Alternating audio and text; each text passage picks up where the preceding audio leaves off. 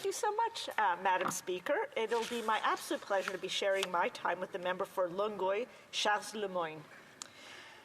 Madam Speaker, as always, it is a pleasure for me to speak on behalf of my residents of my riding of Davenport on today's opposition motion by the Conservatives. And I'm going to read it just because in my own imagination, Madam Speaker, I always think, of course, there's people who might want to look at this at a future date and they're going to want to know what the opposition motion is about. And so here's what it is. It says that in the order to help Canadians afford a simple summer vacation and save typical Canadian families $670 this summer, the House call on the NDP Liberal government to immediately axe the carbon tax, the federal fuel tax, and the GST on gasoline and diesel until Labor Day. Now, first of all, Madam Speaker, there is no NDP Liberal government, so we should probably just state that up front. There's a supply and confidence agreement between the Liberal government and the NDPs. And I'd also say with you that I do not agree with the premise of this motion. So it is not the carbon pricing that is stopping Canadians from affording a summer vacation. The only provinces, Madam Speaker, that are actually subject to carbon pricing are actually those provinces that do not have a current plan in place to reduce their carbon emissions. So, for example, my whole province of Ontario, and it was actually just mentioned by one of my NDP colleagues here, who mentioned this, we did have a carbon pricing mechanism before the current provincial government was elected in 2016. It was a cap-and-trade system with Quebec and California. And when the provincial Conservative government in Ontario got into office, they cancelled it. And unfortunately, not only was there a cost to actually cancel it, but the province actually lost, and I remember this very clearly, $3 billion in annual revenue. And on top of that, they didn't replace it with another system to reduce carbon emissions. So, Madam Speaker, I think it is known climate change is happening. Every country in the world needs to do their part to reduce emissions, to meet their Paris Accord targets, and to move to a low-carbon future. So, Madam Speaker, the Conservatives like to make bold and sadly unfounded assertions that carbon pricing is worsening food security challenges in this country. But there is no evidence that this is happening. In fact, time and again, the data suggests the impact of carbon pricing on inflation is the equivalent to a rounding error. And we hear that time and time again, by the way, Madam Speaker, in Finance Committee. And this fact is also supported by the Bank of Canada and many others. It has no real discernible impact on any increases to food costs in this country. And, Madam Speaker, we have seen experts appear at the Agriculture Committee suggesting the same, that they can find no straight line between carbon pricing and food costs. So what do we know? During a high inflationary period worldwide compared to G7 countries, many who do not have carbon pricing, Canada has the second lowest food inflation rates. Yes, let me just repeat that again, Madam Speaker. Canada has the second lowest food inflation rates. So what else is the data telling us? It also is telling us about the impacts of climate change on food costs. So let's take, for example, the impact on grapes or cherries like those in Okanagan Valley, British Columbia. Increased forest fires taints the crops, rendering the products of those farmers unsellable. Or, if we're looking at blueberry farms in Nova Scotia, like the one in the member for Cumberland Colchester, who spoke against carbon pricing, unfortunately, yesterday, Madam Speaker. So the blueberry farm in Nova Scotia, like the one that the member from Cumberland Colchester spoke about yesterday, losing large amounts of crops to huge fluctuations in precipitation, either drought conditions or extreme wet weather. Or let's also talk about the impacts of flooding on animal agriculture, like what we saw during the atmospheric river flooding in the lower mainland of BC. We saw cows up to their udders in floodwater. We saw many barns destroyed. And unfortunately, and very sadly, Madam Speaker, we saw many animals perish. We also have seen the climate impacts on invasive species on our crops. We have seen that climate change helps the spread of new pests that threaten both crops and animals. We're also seeing the climate change impacts on the warming of the oceans, and that this warming poses a serious threat to the billion-dollar East Coast lobster fishery. So, Madam Speaker, I could go on and give you lots of speakers, but these are the costs that we have to be very focused on. These are the real costs of climate change, and they are happening in real time year after year. But where's the leader of the party opposite to be found in actually addressing these issues with real solutions? Nowhere, Madam Speaker. We all remember last year when he had to cancel, that is he being the leader of the party opposite, when he had to cancel the Axe the Tax rallies in Yukon and Okanagan Valley because of wildfires. Yet he has nothing, absolutely nothing to say about climate change. Nothing to say to farmers and the next generation of farmers about how the Canadian government will take their concerns seriously and support them to be more resilient in the face of a changing climate.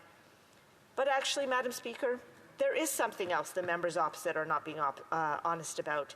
Taking away the price on pollution would also remove the Canada Carbon Rebate and her people with a key income support, helping them to put food on the table. And the Canada Carbon Rebate benefits lower income Canadians the most. And these are Canadians, Madam Speaker, that tend to suffer most from food insecurity. Let's ask Germaine Romberg in Saskatoon, Saskatchewan, who is on a fixed income and depends on the Canada Carbon Rebate payments to make ends meet, to pay for rent, and for other necessities. The $300 she gets every 4 months last year on top of her disability payments made a world of difference for her monthly bills. And Madam Speaker, she is not alone. This story is played out with Canadians across the country. In a study published late last year in the Canadian Journal of Agricultural Economics called Canadian Food Inflation, International Dynamics and Local Agency, they looked at the difference between the amount Canadians pay and the amount that they get back in the Canada Carbon Rebate. The author concludes, removing the tax may actually make some Canadians, particularly lower income and rural Canadians, worse off than they are under the carbon tax. The impacts of the carbon tax on food prices are suggested to be small. If they are smaller than the difference between the CAI payments and the carbon tax paid, many Canadian households will suffer a net loss due to the repeal of the tax. This is the same thing as that the Government of Canada has been saying all along, Madam Speaker. 8 out of 10 Canadians get more back than they pay. There are tens of thousands of Canadians out there like Germaine in Saskatoon who, if they lost the rebate payments, their ability to purchase food would be severely diminished. And we know that Conservatives, sadly, would deprive people of these rebate payments if they ever got into power, Madam Speaker. And I'm going to repeat something that one of my colleagues said this morning, because I really believe it's important for us to repeat this. Carbon pricing is the most efficient, simple, and cost-effective way to meet our climate change targets. It is a measure that encourages the whole population, every household and every business, to find ways to cut pollution whenever and however they want. And it sends a powerful forward signal of confidence to businesses to invest in cleaner technologies and an energy-efficient future. And, Madam Speaker, carbon pricing does not raise the cost of living. In provinces where the federal fuel charge applies, as I mentioned earlier, it represents only a tiny fraction of inflation and the increase in the price of groceries, and that's less than 0.5%. There's a 10% supplement for people living in rural and remote communities. We propose increasing it to 20%, but the Conservatives sadly have been delaying C-59 for months now, and I'm hoping that they would stop delaying this. And for provinces under the federal pricing system with the Canada Carbon Rebate, 80% of Canadian households receive a refund greater than what they pay. So in fact, Madam Speaker, my last sentence is if carbon pricing were abolished today, not only would clean energy investment and job creation grind to a halt, our low and middle income families would have less money in their pockets. So Madam Speaker, I am urging all members of this House to vote no in supporting the Opposition Day motion because unfortunately the Conservatives opposition party has no plan to address climate change and no plan to actually help Canadians struggling to make ends meet. Thank you, Madam Speaker. Comments, questions et commentaires. The Honourable Courtney Elberly. Madam Speaker, I appreciate my colleague's speech. But here we are in the middle of a climate crisis, Madam Speaker, and what does the government do? They have a successful program with the Greener Homes program that employed many people, tradespeople. It enabled people to take on their reducing their energy needs, Madam Speaker, to reduce their footprint, their carbon footprint, and people were able to take autonomy in their own homes to come up with a cleaner energy future and be part of that story, Madam Speaker. It was still out of reach for many Canadians. Many Canadians need heat pumps and they can't access them. But this government killed that program, Madam Speaker, a hugely successful program. So through you, Madam Speaker, is my colleague, who I've worked with many times on climate-related issues, is she going to be working with her government to bring that program back and actually expand that program so that all Canadians can access it, Madam Speaker, and help tackle this climate crisis? The honourable member for Davenport. Madam Speaker, I want to thank the honourable member for his excellent question, and I want to thank him also for his passion. I agree with him. It was a very, very popular program. The residents of my riding of Davenport love that program as well. I think that he'll recall we introduced the program. It wasn't that easy to actually apply to. Then we reintroduced it, and then all of a sudden we had an overabundance of Canadians that actually applied. My understanding is that there continues to be a lot of support for that program, and that we are hoping to reintroduce that program in the near future. Thank you, Madam Speaker. Honourable member for Calgary-Shepherd.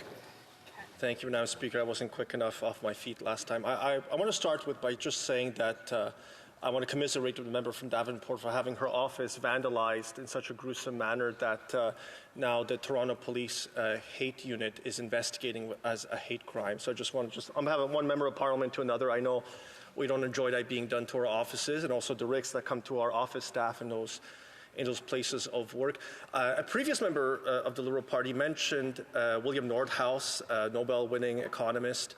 In his research that's been used by IPCC, and I have read the IPCC report, he specifically points out that if you do carbon taxes, you should do nothing else because they are very damaging to the economy. Of course, the government's policy has been to try and do all of it, which has been damaging to the economy. Even William Nordhaus's research demonstrates that in his calculations. So I wonder if she will then agree with me that at least when it comes to the carbon taxes, will she then agree with William Nordhaus that if we were to do only carbon taxes, that would be the economist's preferred path? What our preference would be on this side is to go with the path of homeowners and families that are riding that are just looking for a break from one long weekend to the next, so this summer they can take a staycation and not have to pay any of the excise taxes, gas taxes, and GST on any of their fuels. Thank you. The honourable member for Davenport. Thank you so much, Madam Speaker. I think I need the rest of my time to answer the three different things that he actually talked about. But first, I want to thank the honourable member for his kind words. I think that the vandalism that impacted my office a couple of days ago is something that actually happens to all members of all political parties. And so I want to say thank you for your comments. It is something that we all have to make sure that we discourage and that we encourage good protests and healthy debate and public discourse. What I would say to the member opposite on his question is carbon pricing works. And there, on our side, we have actually introduced a climate action plan and a framework with over 100 measures that we have to implement in order to meet our Paris targets and in order to meet our net zero by 2050 targets. The carbon pricing is only believed that it's going to... I understand the honourable member would like to give a fulsome answer, but I do have another question. Very brief answer. Achieve 1/3 of Canada's emission reductions by 2030. We have a number of other measures in place that will help us reach the rest of our targets. Thank you, Madam Speaker. Questions and comments. Honourable Member for Berthier-Masquinongé. Thank you very much, Madam Speaker. Listen, we're in a parliament where some political parties are on different sides to try to help oil companies that have very high profits. I'd like to know how my colleague lives with the fact that her government in the last two budgets proposed 6 tax credits that could cost taxpayers $83 billion, which would be given to oil companies, which we talk about all day long. The Honourable Member for Davenport. Oh, no, I do have a very brief answer, Mr. Speaker. So, Madam Speaker, I just want to thank the Honourable Member for his question. I would say to you that that's a question that many Davenport residents has all the time. I will tell you, though, I'm very proud of our government. We have actually eliminated all fossil fuel subsidies. That's efficient and inefficient fossil fuel subsidies. So I hope he'll be happy to know about that. Thanks so much, Madam Speaker.